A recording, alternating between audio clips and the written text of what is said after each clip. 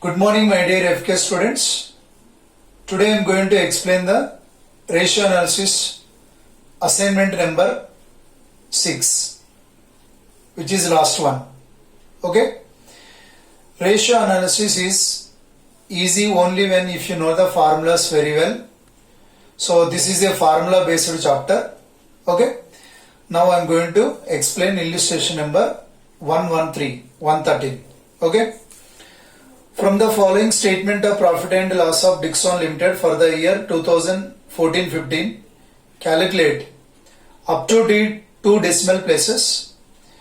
First one, trade receivables to turnover ratio. Second one, inventory turnover ratio.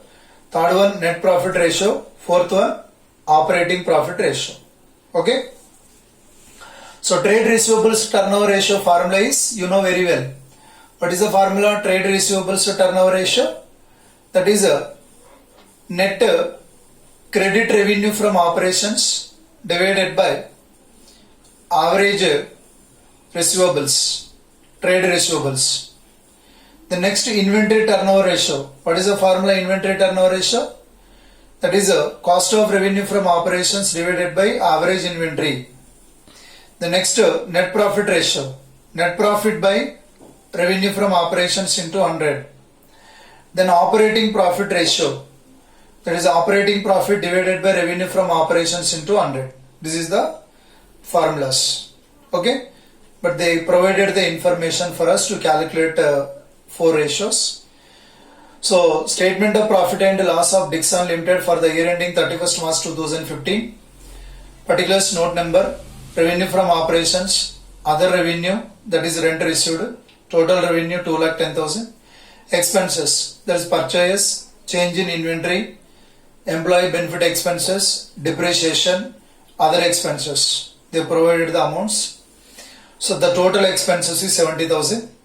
Then profit before tax 1,40,000, less tax 56,000. Then profit after tax 84,000. Then notes to accounts, change in inventory, how it will arrived. Opening inventory 6,000, closing inventory negative, that is 3,000. Then you arrived the, so change in inventory is 3,000. Then employee benefit expenses, wages is 2,000, salaries is 3,000. The total employee benefit expenses are 5,000. Then other expenses, notes to accounts, carriage inward 2,000, like the same way carriage outward 3,000. The total other expenses is 5,000. Additional information they provided. Debtors, that is closing as at 31st March 2015 is 7,000. Bills receivable as on 31st March 2015 is 5,000. So debtors, bills receivable, if I add both these two, then I will get a trade receivables. Then cash revenue from operations is 50,000. Cash revenue they provided 50,000. So then the first one I need to calculate the trade receivables to turnover ratio. So trade receivables turnover ratio is formula is credit revenue from operations divided by average trade receivables. So here credit revenue from operations, how it will arrive? Very simple. Total revenue from operations, I need to deduct the cash revenue from operations. Then I will arrive credit revenue from operations, that is 2 lakhs minus cash revenue from operations is 50,000. Then 1,50,000 is the credit revenue from operations. Then trade receivables, that is debtors plus bills receivable, that is 7,000 plus 5,000. Okay, because nothing is there, opening balances. They provided only closing balances. So that one only I can consider. If I am having opening also, then I should make it average and I should take the average balances. Here they are providing only closing balances. So that is the debtors 7,000, bills receivable is 5,000. The total is trade receivables is 12,000. So the trade receivables turnover ratio is equal to 1,50,000 divided by 12,000. So the 12.5 times is the trade receivables to turnover ratio. Okay. So the next one, inventory turnover ratio. So that is cost of revenue from operations divided by average inventory. So here First of all, I need to find the cost of revenue from operations, that is purchases plus change in inventory plus wages plus carriage inward. Okay.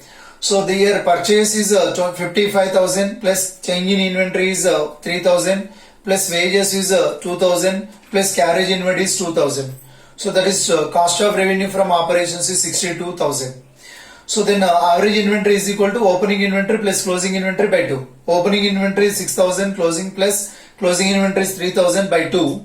So then you will arrive so that is opening inventory 6,000, closing inventory is 3,000. So opening plus closing by 2, then I will arrive the average inventory. So inventory turnover ratio is equal to 62,000 divided by 4,500, that is 13.78 times. Okay, my dear students, debtors, that is trade receivables turnover ratio, inventory turnover ratio, you must be expressed in terms of times. So the next one, net profit ratio. So net profit ratio is nothing but net profit divided by revenue from operations into 100. So here the net profit is 84,000, already given statement of P&L. So 84,000 is the profit after tax, divided by revenue from operations is 2 lakhs into 100. So the net profit ratio is 42%. The next one is operating profit ratio. Operating profit ratio is nothing but, so that is a profit before interest and tax I should consider. So then that is operating profit. Here interest is not given. Generally for profit after tax, if I add the tax and interest, then I will arrive the profit before interest and tax, that is operating profit. So but here interest is nothing is there, so they given only tax amount. So for profit after tax, I can add the tax amount, that is 84,000 plus 56,000, then I will arrive the, so that is a operating profit minus, so that is a non-operating incomes, that is 10,000. Okay, so then I will arrive the operating profit. So operating profit is equal to net profit plus non-operating expenses minus non-operating incomes. So that is 84,000 plus 56,000 minus 10,000. Then I will arrive the 1,30,000 is the operating profit. So operating profit divided by revenue from operations. So that is 1,30,000 divided by 2 lakhs into 100. Then I will get the operating profit ratio 65%. That's all. So the next one is illustration number 115. Okay. So this is the last illustration in the ratio analysis chapter, that is in last assignment. From the information given below, calculate up to 2 decimal places, that is operating ratio, quick ratio, debt to equity ratio, proprietary ratio, working capital turnover ratio. So they provided the information: net revenue from operations 12 lakhs, cost of revenue from operations 9 lakhs, operating expenses 15,000, inventory 20,000, other current assets 2 lakhs, current liabilities 75,000, paid up share capital 4 lakhs, statement of profit and loss debit balance DR, so 47,500, that means you need to deduct from the share capital while you are calculating the shareholder fund. Then total debt 2,50,000. This is the examination problem. So that operating ratio, first you need to calculate the operating ratio. What is the formula for operating ratio? You know very well. Cost of revenue from operations plus operating expenses by revenue from operations into 100. So here cost of revenue from operations already given, that is 9 lakhs, plus operating expenses already given 15,000. So 9 lakhs plus 15,000 divided by revenue from operations, that is 12 lakhs already given in the problem, into 100. Then 76.25% is the operating ratio. Then quick ratio is asking. Quick ratio is nothing but quick assets divided by current liabilities. Quick assets, how it will come? Generally current assets minus inventory minus prepaid expenses. But here luckily, so they given other current assets and inventory separately. So other current assets are treated as a quick assets. So that is 2 lakhs divided by, so current liabilities already given in the problem 75,000. So 2 lakhs divided by 75,000, that comes 2.67 is to 1. So that is a quick ratio. Then debt to equity ratio. Next, what is the formula? Debt to equity ratio, that is long term debt divided by shareholder funds. So here long term debt, how can you calculate? So already given in the problem, that is total debt and current liabilities. From total debt, if you deduct the current liabilities, then you will get the long term debt. So total debt is 2,50,000 minus current liability 75,000. Then you will get the 1,75,000 is the long term debt. The next shareholder fund. Shareholder fund, how will you arrive? That is a paid up share capital. Okay. Then in this problem, P&L account debit balance is there. So for that, we need to deduct from paid up share capital. Then you will get the shareholder fund. So paid up share capital is 4 lakhs minus 47,500 is the P&L debit balance. Okay. Then I will arrive the shareholder fund 3,52,500. So the next one is debt to equity ratio 1,75,000 divided by 3,52,500. Then 0.496:1 is the debt to equity ratio. The next one is proprietary ratio. What is the formula for proprietary ratio? Shareholder fund divided by total assets. So shareholder fund already calculated. So then that is a shareholder fund. So total assets, how will you arrive? That is the main question. Because in the problem, they didn't give the full information regarding the assets part, but they given information liabilities part. So equity and liabilities is equal to total assets. So here shareholder fund plus total debt is equal to equity and liabilities, that is equal to total assets. Okay. So here total assets is equal to shareholder fund plus total debt is called total assets. Why? Because equity and liabilities is equal to total assets. That is the main logic behind that. So shareholder fund plus total debt is equal to total assets. Once if I know the shareholder fund and total assets, then I can calculate the proprietary ratio. So shareholder fund is equal to 3,52,500 divided by total assets is equal to 6,02,500. So that is a 0.585:1 is the proprietary ratio. The next one is working capital turnover ratio. What is the formula? Revenue from operations divided by working capital. So already working capital, how you will arrive? Very simple. So that is a inventory plus other current assets is equal to total assets minus current liabilities. Then you will get the working capital. So that is a inventory is 20,000 plus other current assets are 2 lakhs minus current liabilities are 75,000. Then you will get the working capital. Then working capital turnover ratio is equal to revenue from operations already given in the problem, that is 12 lakhs revenue from operations divided by, so working capital is 1,45,000. Then 8.28 times is the working capital turnover ratio. So the next sum, illustration number 117. So last sum. Okay. So that is from the following information, calculate the following ratios up to 2 decimal places. So we need to calculate the earnings per share, EPS, price earnings ratio, second one, return on investment, third one, working capital turnover ratio, fourth one. So already they provided the information, net profit after interest and tax, that is PAT given. Tax is 1,60,000, net fixed assets is 10 lakhs, non-current investments, that is non-trade, very important.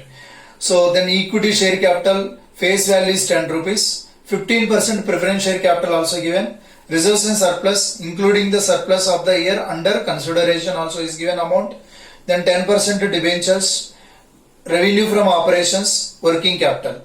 So these are the as items are given in the additional information. Note they said that market value of an equity share is 40,000, that is market price of the share. First we need to calculate the earnings per share. What is the formula for earnings per share? EPS. That is earnings available to equity shareholders divided by number of equity shares. Then you will get the earnings per share. Here in the problem, net profit after interest and tax is given, that is PAT is given. Okay. Earnings available to equity shareholders, how you will arrive? Very simple. PAT minus preference dividend. Then you will arrive the earnings available to equity shareholders. So that is 2,40,000 minus preference dividend. Preference dividend, how can you calculate? So that is preference share capital is 1 lakh. Rate of preference dividend is 15% already given. So 1 lakh into 15%, that is 15,000. So from 2,40,000 you can deduct to the 15,000. Then you will get the earnings available to equity shareholders divided by number of equity shares. How can you arrive the number of equity shares? Here in the problem already given equity share capital is 5 lakhs. Then face value is 10 rupees. Then number of equity shares is equal to total paid up equity share capital divided by 10 rupees face value. Then you will get the number of equity shares.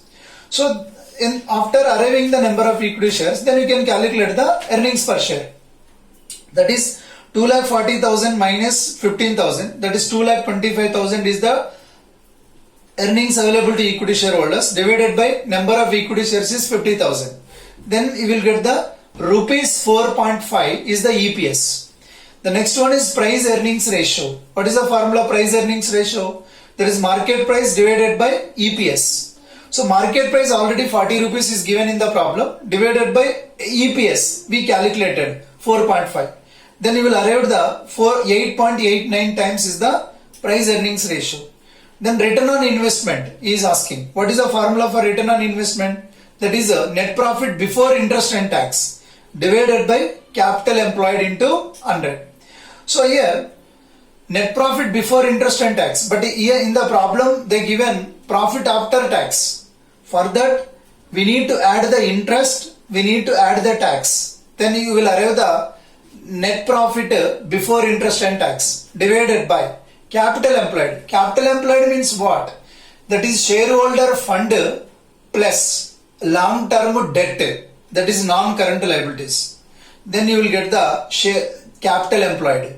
Okay, here so net profit before interest and tax is 2,40,000 plus 1,60,000 is the interest already given plus tax 40,000 already given. So if I make it total, then I will get the 4,40,000 is the earnings, that is a profit before interest and tax divided by capital employed.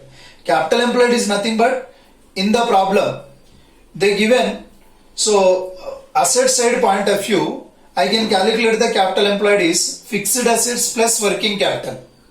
So fixed assets is 10 lakhs, working capital already given 1 lakh. So total capital employed is 11 lakhs. Or else from liabilities point of view I can calculate the capital employed, that is equity capital plus preference share capital plus reserves and surplus plus debentures because long term in nature minus non-current investments. So that is equity share capital 5 lakhs plus 1 lakh is the preference share capital plus reserves and surplus is 2 lakhs plus debt debentures, so that is 4 lakhs minus non-current investment is 1 lakh. So then you will arrive the 11 lakhs. So either way you can calculate the capital employed. So once if I calculate the capital employed, then I can substitute the values in the formula. That is return on investment is equal to profit before interest and tax, that is 4,40,000 divided by capital employed, that is 11 lakhs into 100, that is 40% is the return on investment. The next one is working capital turnover ratio, that is revenue from operations divided by working capital. So revenue from operations already given in the problem, that is 10 lakhs divided by working capital is 1 lakh, that is 10 times is the working capital turnover ratio. But based on this you need to solve the assignment problems. So that is practical questions you need to solve. If you have any doubt, please ask me. Okay, whenever you are having the doubt, please ask me. So this is the easy chapter. Without ratio analysis there is no question paper at all. Okay, thank you.